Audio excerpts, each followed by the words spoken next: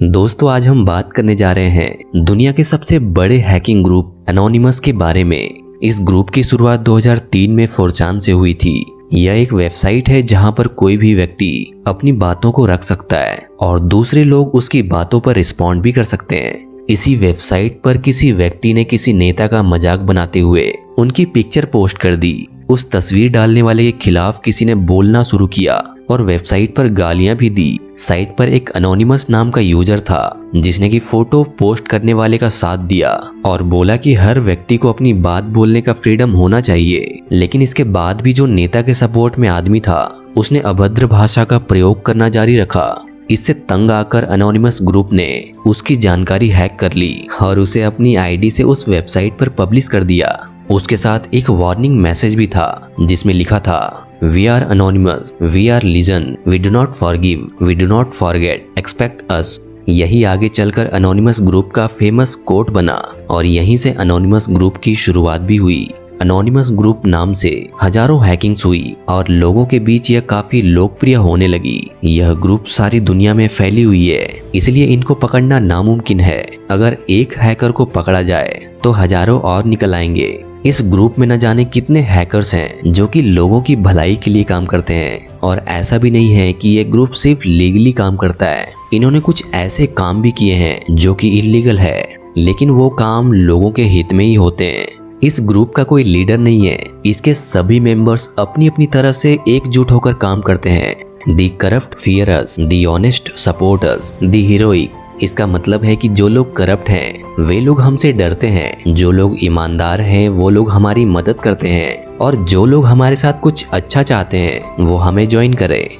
Hack WikiLeaks.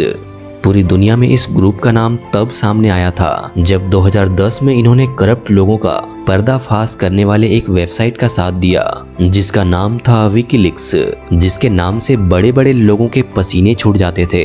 ये website सिर्फ donation पर चलती थी, जो भी लोग इस वेबसाइट को डोनेट करते थे उसी से इस वेबसाइट का खर्चा चलता था। लेकिन कुछ करप्ट लोगों को ये बिल्कुल पसंद नहीं था कि ये वेबसाइट उनका पर्दाफाश करे, तो उन सभी लोगों ने एकजुट होकर ये फैसला किया कि इस वेबसाइट पर आने वाले डोनेशन को ही अगर रोक दिया जाए तो ये वेबसाइट ज्यादा सर्विस नहीं कर पाएंगे और इसे बंद करना ही पड़ेगा। इसलिए जितने भी बैंक से उस वेबसाइट को पेमेंट रिसीव होती थी उन सभी बैंकों ने पेमेंट को रिसीव करना बंद कर दिया। जब ये बात ग्रुप को पता चली तो उन्होंने अपनी काबिलियत का इस्तेमाल करके उन सभी बैंक के पेमेंट गेटवे पर अटैक कर दिया और वो सभी बैंक और उनके पेमेंट गेटवे सितंबर 2010 से जनवरी 2011 तक बंद पड़े रहे, जिससे उन बैंक्स को भारी नुकसान हुआ। इस ग्रुप ने कई ऐसे भी काम किए हैं जिसको किसी देश के सरकार ने कभी करने की पहल भी नहीं की। इन्होंने ISIS आतंकवादी संगठनों जैसे कई वेबसाइट्स को तबाह करने में इनका अहम योगदान रहा है। एनोनिमस के शानदार काम की बदौलत इसे डिजिटल रॉबिन हुड भी कहा जाता है, क्योंकि इसने डार्क वेब और डीप वेब में जो भी इलीगल चीजें हो रही थी उन सभी वेबसाइट्स को मिटा दिया। इस ग्रुप ने भारत में 4G सर्विसेज लाने वाली रिलायंस पर यूजर्स पर्सनल डाटा अमेरिका और सिंगापुर में एक कंपनी को बेचकर पैसे कमाने का आरोप लगाया था। ग्रुप ने दावा किया था कि ये कंपनी जियो चैट के जरिए यूजर पर्सनल डेटा एक चाइनीज IP एड्रेस पर भेजती है। इसका सीधा मतलब था कि चैट करने वाले की सारी डिटेल चाइनीज कंपनी को जाती थी और कोई भी आपके पर्सनल चैटिंग्स पढ़ सकता था। जियो ऐप खुद भी एक चाइनीज भाषा में ही इनकोड की गई थी, जो कि ये इशारा करती है कि इसे किसी चाइनीज कंपनी ने ही बनाया होगा। इस ग्रुप ने कहा कि जब इसने रिलायंस जियो के सभी ऐप्स की टेस्टिंग की तो पाया कि माई जियो ऐप और जियो डायलर स्पेस बाहर की एक कंपनी को आपकी पर्सनल डेटा को बेच रही है। अगर जियो ने इसे जल्द बंद नहीं किया तो ये भी एनोनिमस के निशाने पर आएगा, क्योंकि ये ग्रुप उन सभी कंपनीज को सबक सिखा चुकी है जो कि पब्लिक के साथ धोखा करती है। How to join the anonymous group.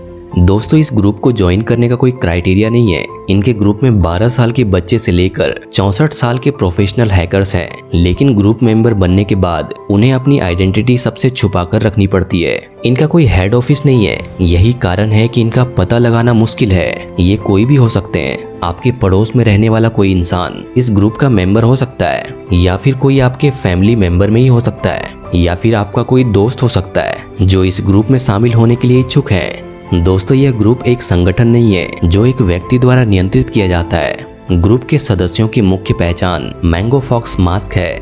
हम केवल इस मुखौटे से ग्रुप के अन्य सदस्यों की पहचान कर सकते हैं। आईडी कार्ड और अन्य चीजों की तरह कोई दूसरा पहचान नहीं है। यहाँ तक कि हम मास्क के बिना अन्य ग्रुप सदस्यों को पहचानने में भी सक्षम नहीं होंगे। हो सकता है कि अब आपको पता हो कि वास्तव में इस ग्रुप में क्या है। अगर हम ग्रुप के दूसरे मेंबर्स को जानते हैं तो इसका कोई मतलब नहीं है। आप इस ग्रुप में शामिल नहीं हो पाएंगे क्योंकि अनोनिमस का कोई हेड ऑफिस नहीं है जो कि इस ग्रुप के प्रत्येक ऑपरेशंस को नियंत्रित करता हो। यदि आप वास्तव में इस ग्रुप में शामिल होना चाहते हैं तो खुद को अनोनिमस कहें और साथ ही आप दुकान या ऑनलाइन स्टोर से मैन फॉक्स मास्क खरीद सकते हैं क्योंकि यही तो है अनोनिमस मेंबर्स की मुख्य पहचान। From now you are anonymous. चलिए आप हमें अब कमेंट करके बताइए कि आपको वीडियो कैसी लगी। जाहिर है कि आपको वीडियो अच्छी लगी होगी। अच्छी लगी तो लाइक कर दीजिए ना, और अपने दोस्तों के साथ शेयर कर दीजिए। मिलते हैं आपसे फिर से एक नए वीडियो के साथ। तब तक के लिए टेक केयर।